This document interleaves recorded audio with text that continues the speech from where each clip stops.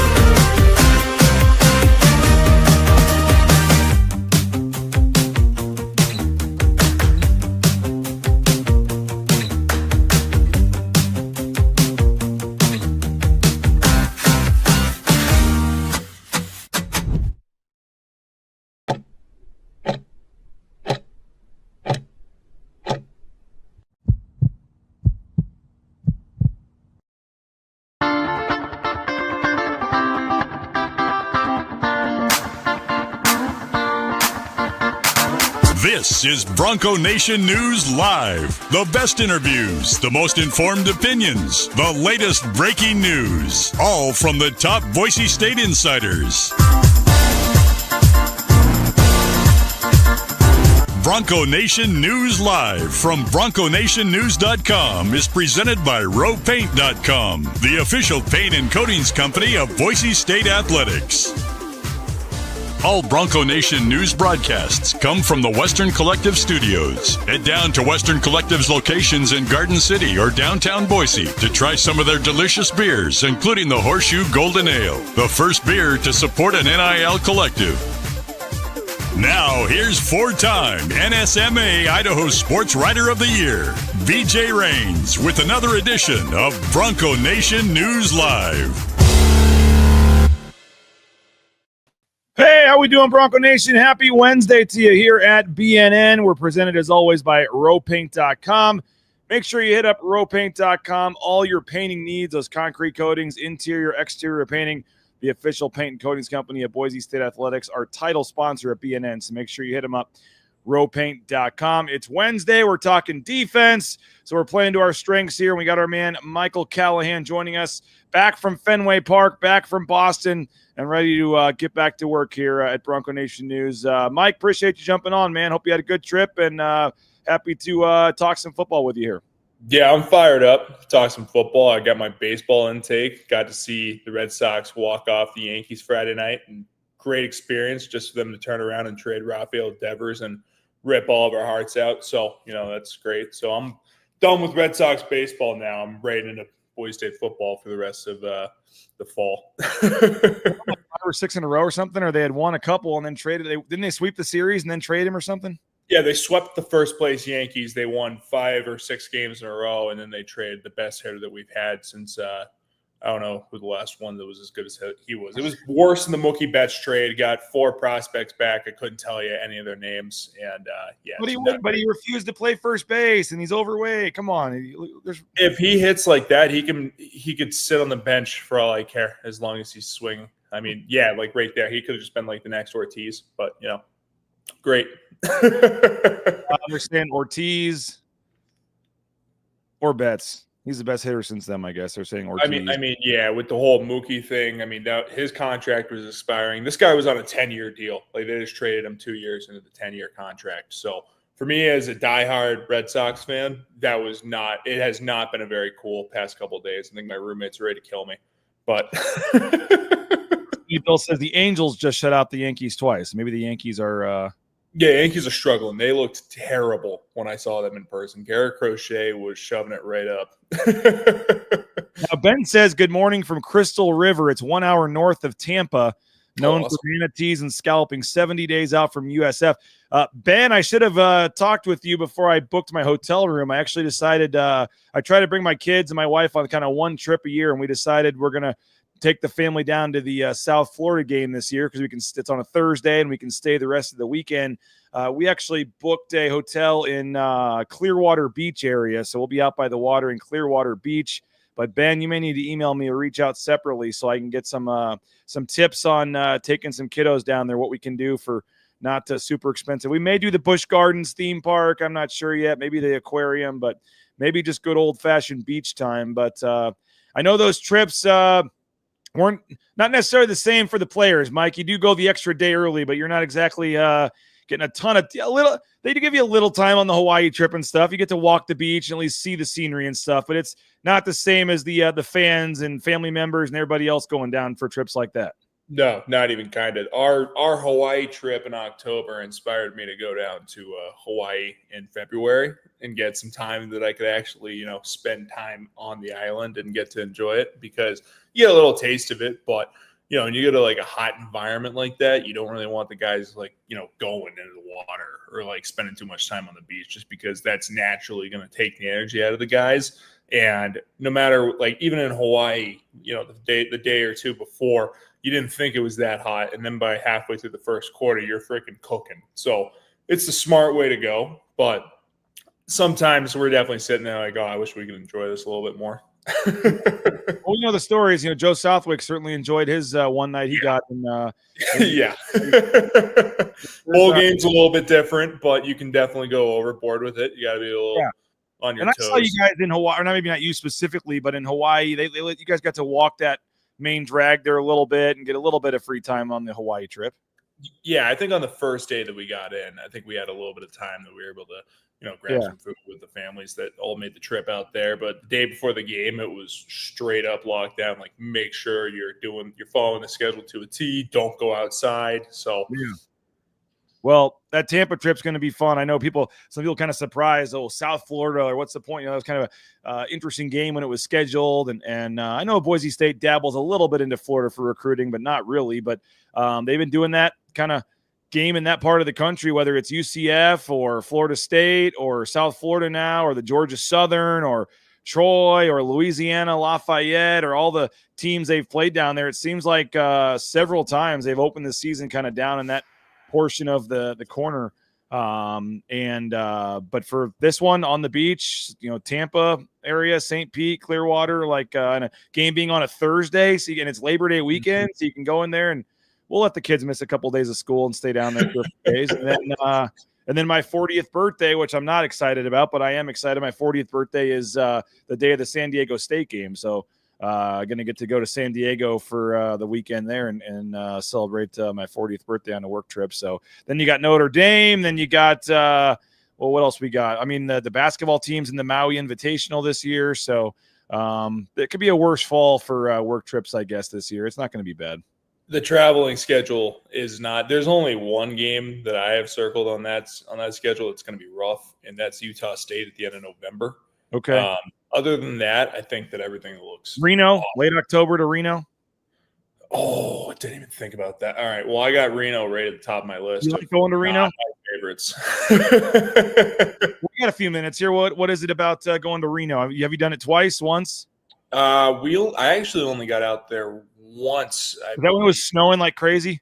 Yep. So I think that might have swayed my perception of it, but deep in the season, didn't expect it to be a snow game, ended up being a snow game, way colder than expected. Staying out there, there's really just a giant casino that the guys are held up in, and that's pretty much it. So not a big Reno guy. Do the 21-year-olds get to partake in the casino games at all, or? No, that's the most. That's probably the biggest rule on any trip we get is if we go to a casino, you stay away from down there. You make sure you are in your room or you're all the way downstairs with your family, but you do not get close to that casino. We learned that in Vegas and Reno big time. Yeah, it's funny though, because the fans are circling these road trips for different reasons than the players probably. I mean, absolutely. Biggest game is for media members and stuff. Yeah, a couple days on the beach, couple days in Vegas, even Reno. They've got some they've got some casinos, as you said, and it's a Friday night game there too. So, but obviously the South Bend trip, Notre Dame's going to be the cool one. I know the team's going out on Thursday. I would assume whether it's Thursday when they arrive or Friday. I mean, I know sometimes they don't like to make it bigger than it is in terms of, I know some times you guys do the walkthroughs at the stadium. Sometimes you don't, but I would assume just because of the history of that, that's probably one where I would assume there would be some sort of walkthrough just to get that kind of wide-eyed, phones out over with before you guys do that, instead of doing that, 3 hours before the game when you show up. Yeah, absolutely. I think with the trip like that, I think at least on Thursday, you got to go out and you got to be able to enjoy it, because at the end of the day, Notre Dame is one of the most historic programs in college football. Being an Irish Catholic myself, when I saw that game come out, I was all fired up about it. Still going to I'm going to attempt to find my way down there for that just because of the history there. But I'm sure that those guys are going to do a great job of handling that trip. I'm sure that the guys are going to get to experience a little bit of the history of Notre Dame. I'm not sure how much they actually know or care about it. But, for someone like me, I would think that would be like my dream away game personally. I think that's going to be an unbelievable experience. I think they just got to play Rudy on the flight out. Yeah, seriously. If any of them have seen Rudy. Yeah. All right. Well, we're having fun. I know it's crazy to think about, but we're less than 1 month. 1 month from right now, we'll be at Mountain West Media Days in Las Vegas. Fall camp starting in late July this year with that early game down there in South Florida. So we're only 6-7 weeks away from the start of fall camp. So I know football season seems super far away, but even this morning I was looking at some of the flights for road trips and things, and it's really not that far away. It's coming. It's crazy. So we are helping get it closer every day here on Bronco Nation News by counting down 25 kind of questions and topics surrounding the team going into the season to try to help folks get familiar with the players, the team, the questions, the strengths, weaknesses, coaching, the bigger picture stuff, group of 5 race, Mountain West race, all that stuff. So when we hit media days, you're pretty much informed and ready to go on this team going into 2025.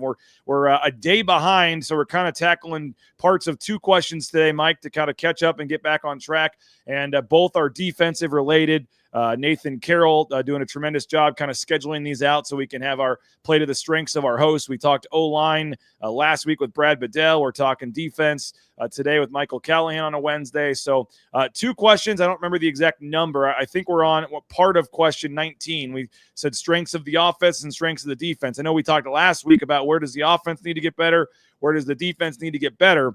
But right now, this offense, this defense, what are we hanging our hats on? What are we thinking this unit is going to do well and feel confident about going into the season? We talked about the offense yesterday, so we're talking about the defense today. Before I get into some of the numbers and what I'm thinking here and what Nathan Carroll was thinking, when I say strengths of the defense heading into 2025, where is Michael Callahan looking or going? Yeah, there's two areas for me. The first one, just tailing off of last year, I think pass rush and blitzing is absolutely going to be the identity of this defense. First of all, you have returning production from Jaden Virgin and Braxton. I'm not entirely sure. I think Jaden had around 10 sacks. Braxton had around 5 for a deep defensive tackle. So you have 2 high-volume returning producers in those 2. You have Max Steege with high win rates in low-volume samples from last year. I think the use of Jake Ripp on third downs is going to be highly beneficial to this defense. I think that's going to be something exciting for the fans. I think Ripp, there's already some buzz going around Ripp, but I think that this year he's really going to become a household name for this defense. I think he's going to have a huge breakout season. It's going to be interesting to see how they use either a nickel or dime scheme coming after the quarterback on third downs. Either way, I know for a fact that these coaches do a great job of utilizing everybody around the box involved in those packages. And I'm telling you, on a weekly basis, the strength of this defense is the blitz schematics. They do an unbelievable job. I felt like last year was obviously with the numbers, we had 55 or 56 sacks. I can't remember exactly which it was, but at the end of the day, we led the country in sacks last year for a reason. And it came down to both the talent that we had coming after the quarterback and also working alongside the scheme.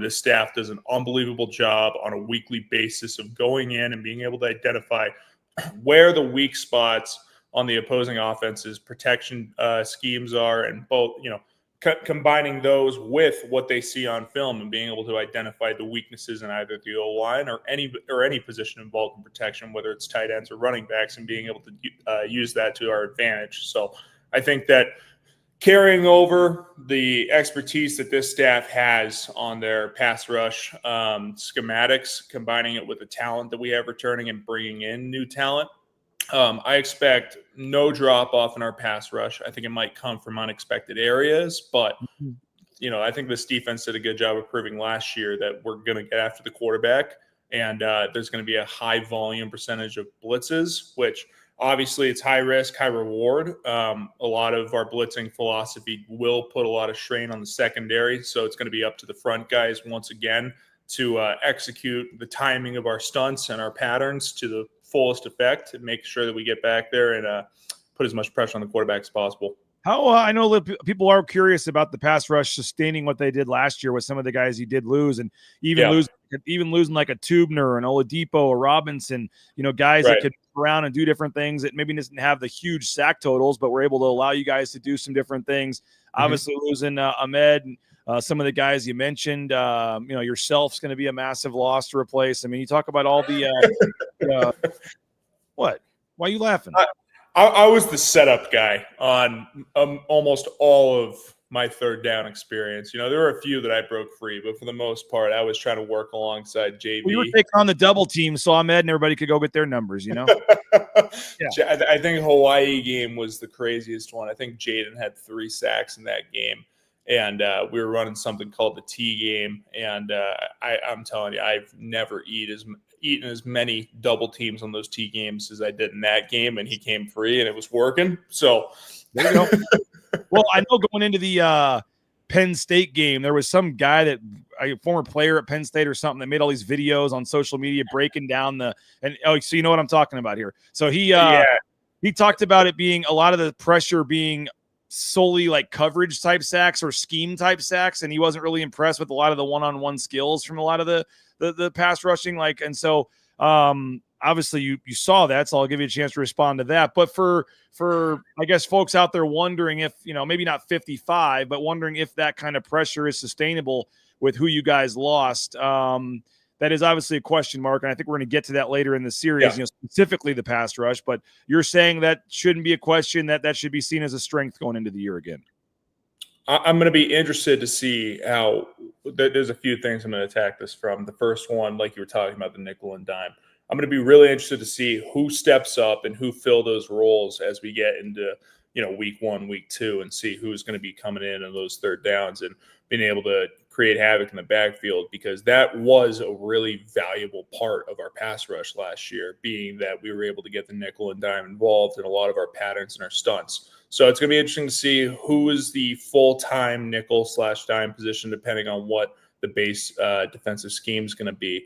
But I think when we talk about, in terms of some of the production we lost, I did a little bit of the numbers last night, and I think we were somewhere between 26 to 28 sacks leaving, just off of either guys graduating or guys transferring out. So there is a lot of production to be replaced, to say the least, and I'm not saying that lightly. Like, that is a big thing, but I think as this defense starts to establish identity and starts to establish who is going to be on the field for the majority of the time, I think that the guys are going to be able to settle in good. They're going to be able to understand what we're looking for on a weekly basis in our pass rush patterns. And I think that as they're able to build experience working together as this new defensive identity, I think that this pass rush is going to be doing – I mean, I know that 55-56 is a lofty ask, but I think that's going to be their expectation this year. They've done it last year. They have great talent in the front, and they have great talent coming off, either that Mike linebacker position, or Will, or nickel or dime. Like, we have the guys. They're going to be able to get involved and be able to create havoc on our pass rush. So to me personally, I expect them to – I don't expect any fall off in our pass rush this year. Now, we did lose Jay Tust in the media here now that he's gone over to join Boise State, and he was kind of known for the stats and the numbers and the Tust stats. I mean, you're bringing some numbers there. It looks like you're ready to step in as the new numbers guy, maybe, Mike's stats or Callahan stats or something. I don't know what we want to call it, but you doing your homework last night. I like it.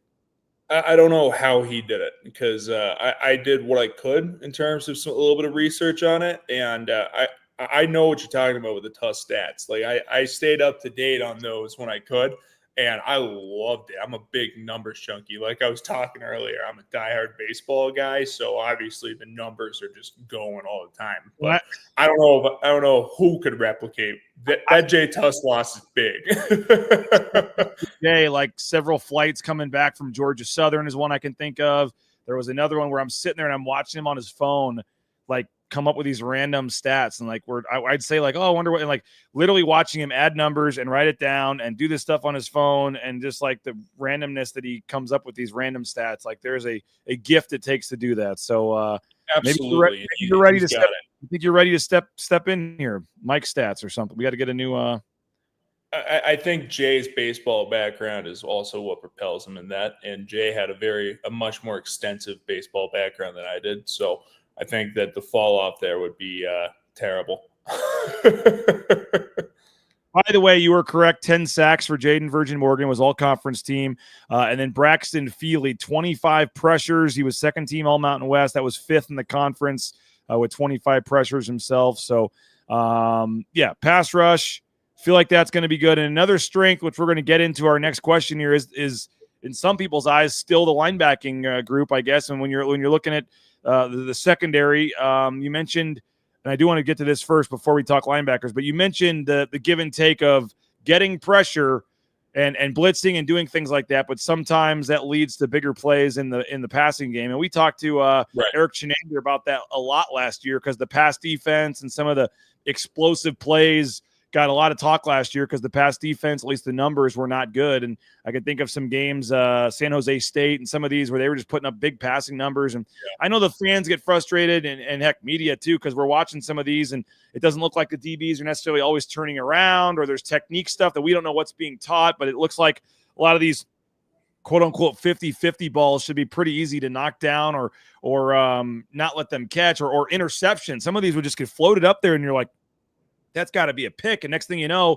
not only are they not swiping it or getting it, but I can think of one or two in the San Jose State game where I'm on the sidelines later in the game where it's like, there's no way that should have been picked or knocked down. There's no way that guy should have caught that. And they end up with a catch for 40, 50 yards. And I know that was frustrating to some fans last year. But as you're saying, when you get as many sacks and get the pressure you do, that does leave some opportunities for one-on-ones and maybe some explosive plays in the passing game. So I guess that's kind of a give and take that maybe you guys are willing to take at times. Yeah. I mean, at the end of the day, like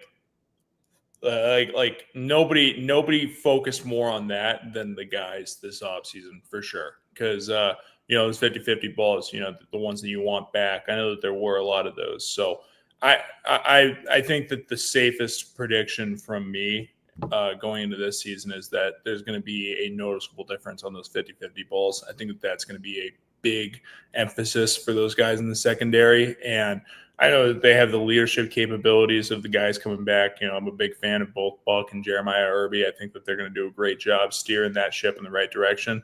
But yeah, I mean, at the end of the day, when you're bringing, 5, 6, on those hots, in drastic situations last year, we had our 7 up front that, you literally have 7 guys on the line of scrimmage and you got 5 guys behind you, one-on-one mans.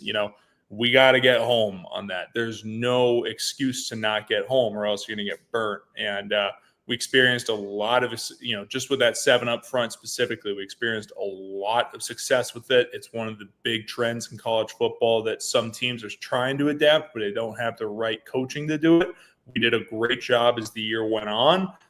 We took our bruises in that front against Oregon. I think that there was a good, I think there was probably a 70-yard touchdown that we had that we didn't execute the pattern right. But as the year went on, we definitely started to figure out what we're supposed to be doing in terms of what our leverages are and, whether it's running off the heels. Don't want to get too far into the actual coaching of it, but I think that that's going to be a valuable asset for this defense. I know the guys get fired up even in the secondary when that's called, because it's like, we're going, like, this is, we're taking the shot here. So at the end of the day, personally, just being a front guy, I think that it's worth the risk to get after the quarterback, especially if we were able to have the success that we did last year on it. One thing with our pass rush that I know that these guys are going to really harp on this year is, when we have so many guys going after the quarterback, we got to get the ball out. There's got to be more strip sacks this upcoming season. Turnovers were one of our Achilles heels last year as a defense, and that's something that's got to change this upcoming season. And I know these guys are going to do a great job with it. Bob Schuler, former BSU baseball catcher back in the day, says can't have 7 up and 5 behind. That's sorry, I meant 4. Sorry. Close, my bad. Sorry, it's 9 o'clock. Still getting the brain firing on the numbers. Like I was saying earlier, I'm not a great. Yeah, you're not. You can't add 7 plus 5. You're out. We'll bring Tuss back. My bad. San Jose State game film should be the poster child for how not to play football as a DB. The sacks are great, but quite frankly, the defense needs more turnovers. Maybe the volume of sacks limited the number of bad throws, but need more interceptions. I know we talked about that. I don't remember if it was with you or whatever, but in terms of weakness, obviously, giving up big plays and lack of turnovers were 2 big ones that you like the pass rush, but certainly you'd like to see some more turnovers. Yeah, absolutely. And we all wanted to see more turnovers last year. We just got to do a better job of making it happen. And I'm sure that these guys are – I know that that's a big emphasis this offseason. Like, there's got to be more turnovers next year. In my opinion, I think that we had 55, 56 sacks. We got to get some strip sacks in there. So I think that's kind of fluky. I mean, you guys were obviously doing drills. You're working it. And was it just kind of a fluky thing where the balls didn't come out or the fumbles bounced back to them? Or I don't remember how many fumbles you guys even forced that you didn't get. But I know there weren't a lot of interceptions. Obviously, we're talking about the pass defense and stuff here. But was it just one of those years? Or was it something you guys were recognizing technique-wise that wasn't good enough? Or – I think that at the end of the day, we just got to do – I mean, they were out there for sure. Like you were saying, there were balls on the ground. We just have to do a better job of actually getting those balls. And those just come down to bounces once the ball's on the ground. And I can tell you firsthand, I saw a few balls on the ground that I was somewhat close to that I'd go for, and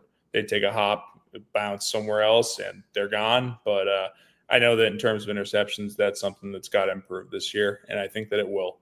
I truly believe that to my core. I'm excited to see it because that was one thing from last year's defense that I know that almost anybody that played on it will tell you, we need to get the ball more, and that's something that's going to happen. All right, so strengths of the Boise State defense, we're going with pass rush, and what was the second one you had? I had run defense. I think that run defense and and that's always been, that's been a staple over the years at Boise State. Yep. I mean, they had years. There were when I first got here in 2013, and even going back to those first 27, 8, 9, 10 teams. They were top 5, top 10 in the country consistently in run defense. And so I don't think that you guys were. I don't know if you guys were quite as high this last year. I'll look it up real quick, but run defense has been something that you guys have always kind of hung your hat on at Boise State. And if you can stop the run, then you're usually in a pretty good position here. Boise State stopping the run last year. You guys were 31st, 122 yards per game, 31st in the country, which is pretty good, but even a little room to grow there as well. But absolutely. And I think that it will. And I think some of those came down to, the explosives that we gave up last year. I'm sure that, on the weaknesses part, the explosive runs too, those did not help those numbers because the majority of the games, we were shutting stuff down in the run game for sure. But, I remember a few pops, whether it be against a triple fit against UNLV because, that go offense, they did a great job of, testing the eyes of the guys, both in the front, the secondary. I think that the triple fits kind of hurt us a little bit. Those gave up a few explosives, and then we had a few fits on a few pressures that ended up biting us later in the year that might have exasperated those numbers. But like you were saying, that's the number one emphasis of the Boise State defense is stopping the run. If you can't stop the run, you're dead in the water in college football. So Nope. I think it just I think that each week's going to be different in terms of the run game. Some teams use zone schemes, some teams use gap schemes. A lot of teams are really adopting to the mid zone kind of a thing that Penn State did, just for the most recent example of it. BYU does a great job with it as well. But even in our conference, you got the triple. Triple's coming this year. I know the numbers on the expectations go up to the roof off of what you're expecting from your defense when you're facing a triple option team, or even tempo. There's a few schools in our conference that are lightning fast tempo operations that really just use base run schemes with a few wrinkles in it to try to test the eyes as guys get tired, because you're on the field for so many snaps and such a quick turnover between one snap to another. I think the fastest we saw was about 11 seconds in between one ball being snapped to the next. And I remember that game. I think it was Utah State a couple years ago, and that was brutal. But at the end of the day, on a weekly basis, I think that this team does a great job of figuring out what run schemes we're going to be attacked with, going back and seeing what run schemes have hurt us throughout the year. A good one for an example of that is punch read. It's basically similar to power. It's basically just similar to like a QB power, for example. But, I think as the year went on, we got a lot better at that fit. And it just comes down to both coaching and the guys' buy-in to being the best run defense as possible. And another guy that, a guy that leads me to think that we're going to be our biggest strength might be our run defense is Marco. In my opinion, Marco's football IQ and his motor in rundowns is second to none. I was very, very, very confident when we had him behind us, when we were going up against run defenses or run offenses last year. He's going to lead the way for the front. How he goes is how this defense is going to go in the run defense. So I'm expecting his biggest year yet. We'll get to Marco here in a minute with the linebackers, but just to prove your point, if you want to, mute your audio so you don't hear these numbers, feel free. But you, as you said, 31st. We're talking about a defense that was 31st overall in run defense. 31st, pretty darn good. But think about where the numbers would be if this didn't happen. As you said, you guys ranked 121st out of 134 teams. 80th first number is 80th. You're 80th. You gave up 8 runs of at least 30 yards. So 8 runs of at least 30 yards, ranked 80th. But you guys were 121st. Only 12 teams were actually, and if you have to take the tie out of it, only 6 teams in the country were worse than you guys. You gave up 5 runs of at least 50 yards last year. And then if you want to go even further, you were one of only 5 teams in the country. You gave up 2 runs of at least 80 yards last year. So 3 of 70. And so, 2 80-yard runs speaks for itself. That changes an average for a game just like that. You take 160 yards off your guys' total and re-average that 120 that you gave up per game. That might be looking at a top 20 run defense in the country just based on those 2 runs right there. So, and a lot of times it's one guy in a gap, right, or one guy in his spot, and it's kind of the same thing on the punt returns and some of the explosive returns in the return game. They always say everyone kind of do your job, but if one guy misses a tackle or one guy is not in the right spot, a 6-yard run can turn into a 30 or 40-yard run pretty quick. Yeah, absolutely. And, that's how I didn't know the exact numbers on it. And that kind of proves what I was feeling with it. There were inexcusable runs that we gave up last year at the end of the day. And we all knew it, and we felt horrible about it because like I was saying, our pride is stopping the run, and that's an overarching weakness that has been being addressed and has to be addressed going into this next season is those explosive plays, whether it be in the pass game or the run game. And at the end of the day, it just comes down to some of those examples that I gave were the ones that really freaking bit us, whether it be punch read or the triple fits. I think that, as the year went on, we got a lot better against those, but there was a few ones early on that really bit us, and then we were pretty solid through the year. And then I remember one of the fits on Oregon State didn't happen the way it needed to happen, and that was one of the 80-yard rushes. I vividly remember that because we were really frustrated about it. But like you said, you fix the explosives, we're probably in the top, at minimum, top 20 run defense in the country, and we're still 30th. So we got to be, we want to be better, and we will be better this upcoming season. Yeah, and like I said, even with those couple explosive runs, the overall rush defense was a strength of this team. You would expect that to improve again.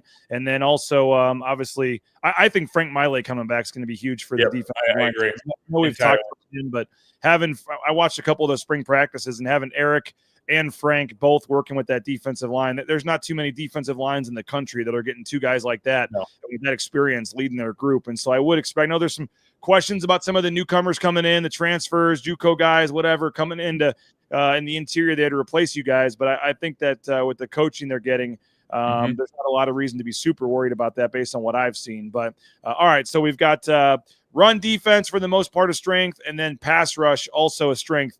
Moving forward, another area that a lot of people think could be a strength, but have some question marks is linebacker. And the question we're tackling next: how do they replace Andrew Simpson there at linebacker? I know you mentioned Marco. There's some other young guys, but how do the Broncos replace Andrew Simpson? We'll discuss in just a second. But first, want to thank our title sponsor, rowpaint.com. Andy Rowe and Company, our title sponsor. There would be no BNN without Andy Rowe and rowpaint.com. So support the sponsors, folks. All your painting needs, whether it's those concrete coatings, interior, exterior painting, hit up Andy Rowe and rowpaint.com and reach out to me, and I can connect you directly to get the best possible deal with Andy and Rowe Painting. Hey, Taco Bell, TacoBellWorks.com is their website. They've donated and committed more than $400,000 to endowed scholarships for the men's and women's basketball teams at Boise State. They're hiring as well, so if you're looking for a job, TacoBellWorks.com has more information. The SON Management Group, the Nicolason family have been around for a long time supporting the Broncos and the local teams here. They've been big supporters of the College of Idaho as well. So Taco Bell, support the sponsors, folks. Next time you're looking for that meal, I know the fourth meal, fifth meal, sixth meal, get out to Taco Bell, and you can get more information, TacoBellWorks.com. Idaho Central Credit Union. You may be happy with your banking experience, but I can promise you if you make the switch to Idaho Central Credit Union, you'll be even happier. There's just so many small things that you don't realize, like card control, where you can turn your card on and off anytime you need to online. It's just so easy to use, and I highly recommend Idaho Central Credit Union. Branch pretty much on every corner around town, but the easiest, that mobile eBranch online banking right there in your smartphone. Check them out today. Make the switch. Idaho Central Credit Union, ICCU.com. My son is going to a birthday party this weekend at Roaring Springs. I'm going to be taking advantage of this deal through Jackson's and Extra Mile. You buy 2 Coca-Cola products and you get $8 off a admission to Roaring Springs, and you can do that 4 times, up to 4 tickets. So you save $32 on your admission to Roaring Springs when you buy 2 Coca-Cola products at Jackson's or Extra Mile. So do that today. Save up to $32 from our friends at Coca-Cola and Jackson's at Roaring Springs. Hey, Snake River Pool and Spa, Patio and Game. TheSpaTeam.com is their website. They've got 4 locations: Twin Falls, Boise, Meridian, Nampa. They've been around since 1978. They're part of the Boise State home team. If you're looking for a sauna, a spa, maybe even a pool table, dartboard for the game room, they got you covered. View all of their options and things at TheSpaTeam.com, or check out one of those 4 locations today. We appreciate Snake River Pool and Spa, Patio and Game. The new in-venue provider of Boise State merchandise, the official in-venue merchandise provider, is the Blue and Orange Store. Online, they're at theblueandorangestore.com. You can order anywhere in the world. They've got their store there at the Boise Town Square Mall as well, whether it's coaches' sideline apparel, caps, bumper stickers, car flags. Their clearance rack there at the front of the store is the best value in town. Check them out today, folks. Right there, as I said, next to Pro Image on the 2nd floor of the Boise Town Square Mall. Online, theblueandorangestore.com. We appreciate Travis Hawks and company for their support. The Blue and Orange Store, theblueandorangestore.com. And Lithia Ford of Boise, we appreciate them as well. They just signed up Julian Bowie from the basketball team for an NIL deal. A lot of Mike's former teammates, Cage Casey, Roger Carrion, Matt Lauder, Latrell Caples, rocking vehicles from Lithia Ford. They've got some female student athletes as well. So Jim Sturk continues to step up. Jamie Drake, the whole crew over there at Lithia, we appreciate them. Do what the Raines family did. Purchase a used F-150 from Lithia or any of their used vehicles. We purchased a used F-150, are loving every second of it. You will as well. Make the purchase today. Head on over to Lithia Ford of Boise. I promise you'll be in and out in a couple hours, and you can check lithiafordboise.com to view their full inventory online. Do all your research ahead of time, so when you go in, you already know the vehicle or two you want to test drive. You've already done your research, and you're on your way in a couple of hours. Lithia Ford of Boise online, lithiafordboise.com. All right, question 18 today, which I'll be posting shortly here after the show. Michael Callahan, how does Boise State replace Andrew Simpson at linebacker? And obviously that's a big task. Last couple of years put up some big numbers. I know last year the numbers weren't quite as good, and it was dealing with some injuries, maybe privately, quietly at times last year behind the scenes. But, and then after the season, I think a lot of people were surprised that, Marco Notriani was the only linebacker even nominated by Boise State for the all-conference awards at the end of the season. And Marco won, it was a first-team linebacker at linebacker for Boise State, which I know surprised a couple people because they were both kind of going back and forth on the snap counts and things. And then Marco ends up first team, and Andrew Simpson is nowhere to be found. But he's coming off an all Mountain West season, as I said. 3.5 sacks, too, as a blitzer last season, was strong in the run game, as you said. And Nathan calls him, quote, a rock-solid linebacker whose defensive and special teams prowess could help get him playing on Sundays in the near future.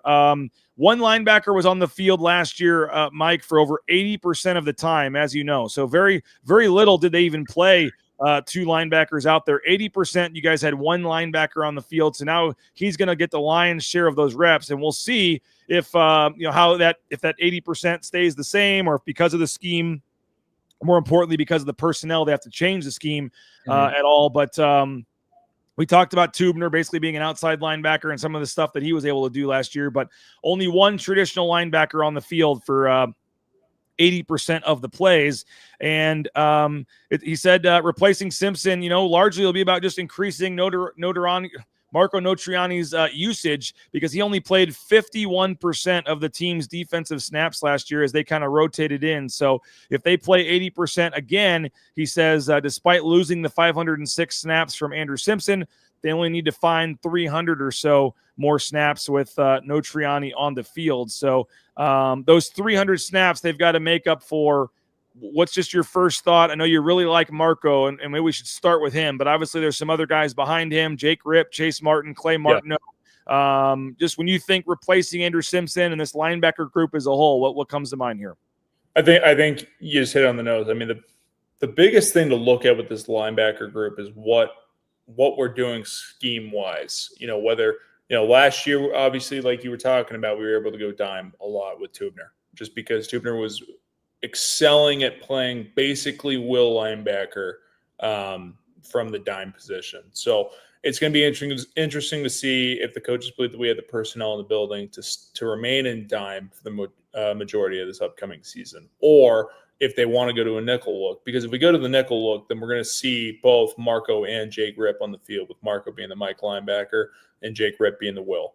And with Jake Ripp, I believe that his game is similar to Andrew's, in my opinion. Andrew had a very unique pass rush ability that you can't really coach. He just had a natural football instinct, both in the pass and the run game. That's what made Andrew Simpson special as a football player. So having that unique ability is going to be tough to replace. But I do think that Jake Ripp's unique in his own way. His pass rush capabilities are very advanced for a linebacker. I think that was proven last year when he was playing the majority of his snaps and his usage at stud, which stud is our, basically our boundary side defensive end. That's what Jaden Virgin Morgan plays. So having that ability and having that experience of working off the edge is going to translate very well into Jake Ripp's pass rushing ability coming from a weak side linebacker position. So if we go nickel, truly believe it's going to be Marco at Mike, Jake Ripp at will. We'll see how that goes. And if we go dime, like you were saying, I do think that it'll be similar to last year. I think that just because that puts a lot of strain on the linebackers as well. And Marco and Drew did an exceptional job of handling it. The way that Marco played in that last home stretch of the season was what ended up getting him that first team all-conference selection when Drew was banged up and Marco was playing, basically 100% of the snaps in our defense at that Mike linebacker position by himself. So, I think that Marco has the experience to be able to play the entire game. I know that he wants to play the entire game. And like I was saying earlier, this is going to be Marco's best season, hands down. I mean, he's healthy. He's worked his tail off all offseason, and he's going to stand out on this defense. He already did, being a first-team all-conference guy, but like you were saying, he played 51% of the defensive snaps last year, which that adds up to me in terms of how we were using both those guys last year in the dime package. But the overarching question coming into this season with the linebackers is what scheme are we going to be in, if it's going to be nickel or it's going to be dime. But I think that the talent between both Marco and Rip, I think that they both have more than enough capability in their football, both their football IQ and their actual talent to be able to be on that field the entire game. And they have some good young guys behind them too. I'm personally a big Chase Martin guy. I think Chase Martin has a chance to be a great football player here. So far in his career, he's been, he's had a special teams presence the entire time. His freshman year, he was outstanding on special teams. And I think that Clay Martineau, it's going to be interesting to see what Clay Martineau does this year. Going into year 2 as a redshirt freshman, I believe. I don't know if he burned his red shirt or not last year on special teams. He might have, but Clay Martineau, big recruit coming in. That kid's only gotten better while I was there, and even after I've been gone. He's only continued to get better. So it's going to be interesting to see if he has any usage at linebacker this year. But Marco and Rip, I have all the confidence in the world that they're going to have great seasons this year.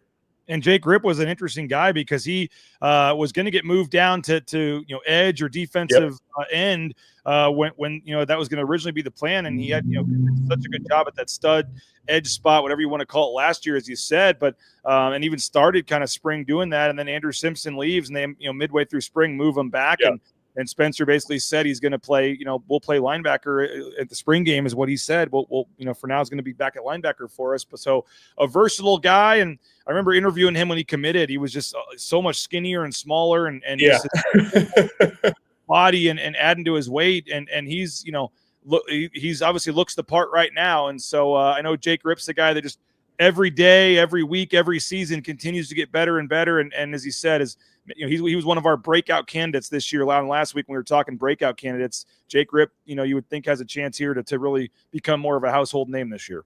Yeah, absolutely. And, just getting even further into it, being at that stud position, you don't get moved to an off-ball edge if you don't have, that's going to be the most athletic position on the field, in my opinion, is going to be that boundary side defensive end. And that's where Jaden Morgan is going to be home all year, obviously. But, just seeing that they had the belief that he could be a great player for us at stud, and now due to circumstances moving back to linebacker, I'm really interested to see how that translates. What he was able to build on and gain from working at stud for around 6 or 7 months, and then being able to carry that over to linebacker. Like I said, really, really interested to see what he does in the third down packages. I think that he's going to be able to have a tremendous impact on the game with his pass rush ability from his off-ball linebacker position. And at the end of the day, who knows, maybe they bring him down on third down pass rush situations, and he actually is one of the 2 edges that's getting after the quarterback just in a traditional pass rush package. So it's going to be interesting to see how they use him. But I completely agree with you guys and your prediction that I think that he realistically Rips my pick as well for being the breakout player of the year for this team. So overall, the headline of losing Andrew Simpson obviously was a very, you can't just say it's no loss. Obviously was a very big player, but overall you feel pretty confident that loss will be seen as kind of minimal just because of the guys waiting in the wings here. Yeah, I think that with Rip, I think that helps mitigate the damage of the loss. Obviously, with Drew, the experience is something, I talk about experience all the time. The experience is invaluable. And Drew had a ton of experience under his belt. So that part in itself, it's going to be hard to replace. But I think as the season goes on and Drew and Rip starts getting his feet underneath himself, I do think that they're going to be able to do a good job of maintaining what the linebackers were able to do last year with these 2 guys. All right, we'll wrap up the show in a minute. We have a little bit of basketball breaking news as well. But Matt Bauscher, Bauscher Real Estate, #1 ranked realtor in the Treasure Valley is Matt Bauscher. Check him out online, BauscherRealEstate.com. When you buy or sell a home with Matt, you get to meet everybody in the picture there. The first-class service, unmatched. Rain's family bought and sold our home last summer with Matt. We're so thankful we did. Get more information online, BauscherRealEstate.com. Ridley's Family Markets, shopridleys.com is their website. They got 13 locations around the state of Idaho, many more in surrounding states, whether it's the McCall location, whether it's Kuna, Star, Middleton, Magic Valley, Treasure Valley. They got you covered. Ridley's Family Markets. Download that Skip app. Good savings up to 40% off at the checkout line. Transportation Compliance Service. Transcomservice.com is your spot to go. Transportation Compliance Service. Whether it's the DOT, overweight, all the different paperwork, permits. If you want to get into the trucking industry, let the professionals help you out. It's a local company helping out folks all over the world. Transportation Compliance Service online, transcomservice.com. Hey, if you like something you heard on the show, you didn't like something, you got a question, concern, positive thoughts, whatever, leave us a voicemail. Speakpipe.com/BNN. You can leave us a voicemail. Speakpipe.com/BNN, right from your phone, right from your tablet, right from your computer. And if you don't want it on air, you can say that at the beginning, and I'll just listen to it and get back to you. But if you're cool with it going on air, we'll play it on an upcoming show, and that's brought to you by Signature Roofing, covering our community for more than 2 decades. Whether it's a re-roof, a repair, an estimate, an inspection, they got you covered online. Signature Roofing, mysignatureroofing.com. Rain's family has a new roof from Signature Roofing, and I can highly recommend it. Every step of the process, picking out the color of the shingle and the different quality and all that, and the pricing and everything was just so easy and right there for you to see. So highly recommend our friends out at Signature Roofing. All right, Mike, I did want to throw this in there. A little bit of basketball news. Boise State basketball's announced a home and home with Butler, the Butler sweet. Bulldogs. That first game will be at Hinkle Fieldhouse, historic Hinkle Fieldhouse, where the movie Hoosiers was made. Boise State will get to go there this December 6th is the date. So Friday night, hopefully Boise State football in the Mountain West Championship game. And then Saturday, Boise State playing at Hinkle Fieldhouse in Indianapolis against Butler. And then during the 2026 season, Butler will be coming back to Boise State. If folks remember, in the Crown tournament down there in Las Vegas last couple of months ago, Boise State actually played Butler and beat them in the quarterfinals 100-93. So this team's just played a couple of months ago, and Boise State did beat Butler. They played a couple of years, maybe the year before or 2 years ago, in the Orlando ESPN Events Invitational as well. So they've played a couple times on neutral, and now I know someone that's really going to like this. Javen Buchanan's family is from Indiana, and now that they're going to get to have a home game almost close to home. That was the first person I thought of when I saw this news, a Boise State basketball game in the state of Indiana. Javen Buchanan getting to pretty much go home, so to speak. But now they've added Butler to the schedule. They've added Wichita State to the schedule this year to kind of Butler, I guess, for a while was a mid-major. I know they're now, in a premier conference, but some name programs here added to the schedule. And then in November, they are going to Maui as part of the ESPN Maui Invitational, where they could play USC, Texas, some other premier programs there. So I know you're a basketball guy, Mike, and know some of those guys on the team and stuff. They've obviously had some success recently, but the Butler Bulldogs now on the schedule here. Yeah, that's pretty friggin' awesome. Butler's a national brand too, in my opinion. I think that was the first national championship that I remember being a college basketball fan, was when they almost just beat Duke on the half court shot or whatever at the buzzer. Yep. So that's pretty cool for me personally. I think that's pretty sweet. You mentioned Notre Dame being the one road game like would have been perfect for you. Was there one team, one stadium, one trip, one opponent, one matchup that, like, if they were letting you make the schedule, would have just been a dream matchup for you? Yeah, absolutely. Boston College. My whole family's from there, so I never got a chance. That then with the First Responder Bowl that never happened. Oh, yeah, that's right. That was the year before I got here, when it got canceled after 10 minutes in the first quarter due to lightning.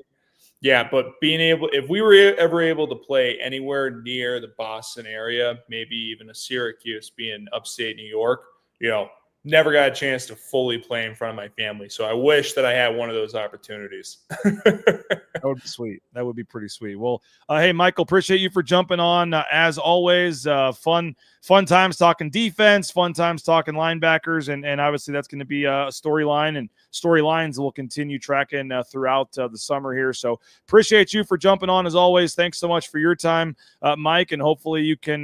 By the way, Robbie says maybe we can get some numbers fudged to get Mike back on the team to go play Notre Dame. Just put my last name as Rudy, and we'll call it there. There's no waiver or lawsuit. You're not thinking about any kind of lawsuits or anything to try to get a year back. You're watching those guys do decks, and you're like, nah, I'm good.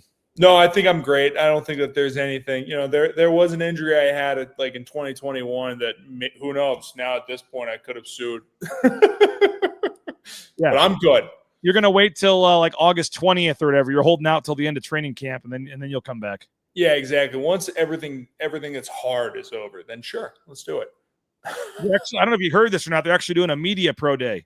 They announced it. It's a public thing. It's like next 2 days before fall camp starts. They're going to get the media out there to run pro day events and stuff. So they're going to have you guys do 40s in the vertical. I don't know.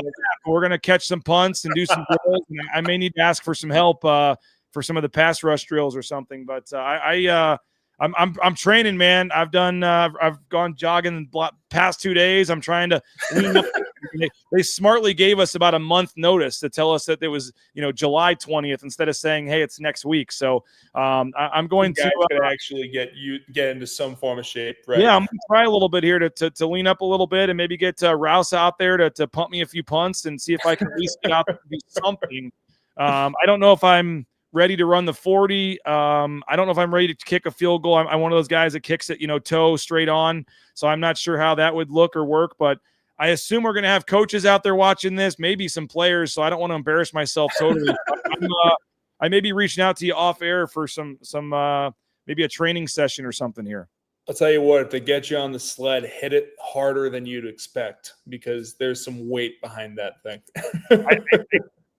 I'm not in the greatest of shape, not in the worst of shape, but I'm very worried that if I went to try to do the sled, it wouldn't move, and that would be the most embarrassing thing of all time. So I'm not sure that's one. I think we can kind of pick and choose the drills we want to do, and I'm not sure that the sled is something I want to do. But now, technically, as folks are now saying, Mike, in the chat here, you are kind of part of the BNN team, so you're kind of part of media. So theoretically, if BNN wanted to win this media pro day, Michael Callahan could theoretically come participate in some of these pro day events and help us out here. Are you going to – is the hip going to be good enough by July 23rd or something? Do you have another month that you could come help us out? The hip will be great, but I'll tell you what, the coaches and the players would run me out of town so fast it won't even be funny if I showed my face there. So I think you guys got this one. We're going to attempt to, but yeah, we're looking forward to that media pro day coming up in July, getting set for the season. So now people are wanting to know if it's open to the public to watch. I don't know if anybody live stream going. I don't know if anybody needs to see any of that, but I think that's why Jay Tuss switched over to the Boise State side. He's ducking us to bail out last second. They said in some of these. So I know the bench press, Jay's bench press, may be streamed live.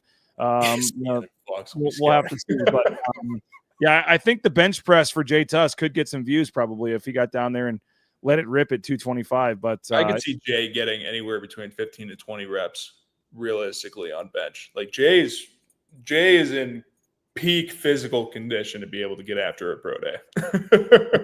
A little inside joke here. Oregon will try to sign one of you away for sure. I'll go 600,000 at you. Well, yeah. So I'm going to keep training, Mike. I might be reaching out to you a little bit for some of this. I'm not sure I've got the vertical I'm not sure what the 3-cone drill, if I'll be wanting to do any of that, but I told him I'll at least get out there and at a minimum, I will try to catch a punt or two at least, what's the technique there? You just keep it close to the body there. You're asking the wrong guy. I drop balls. So we actually have seen your hands in the Memphis game. Yeah, they're not great. All right, Mike, appreciate you, man. Have a great week. We'll do this next week again. And thanks everybody for checking out the show. Go support the sponsors, our title sponsor, rowpaint.com, all of our major sponsors that help keep this show free of charge for you guys on social media. And hit that like button, hit that share button, tell your friends, help us add to our YouTube numbers here. So subscribe on YouTube, and appreciate all you guys. Johnny Ballgame and I will be back tomorrow, 9 a.m. We'll keep this countdown rolling.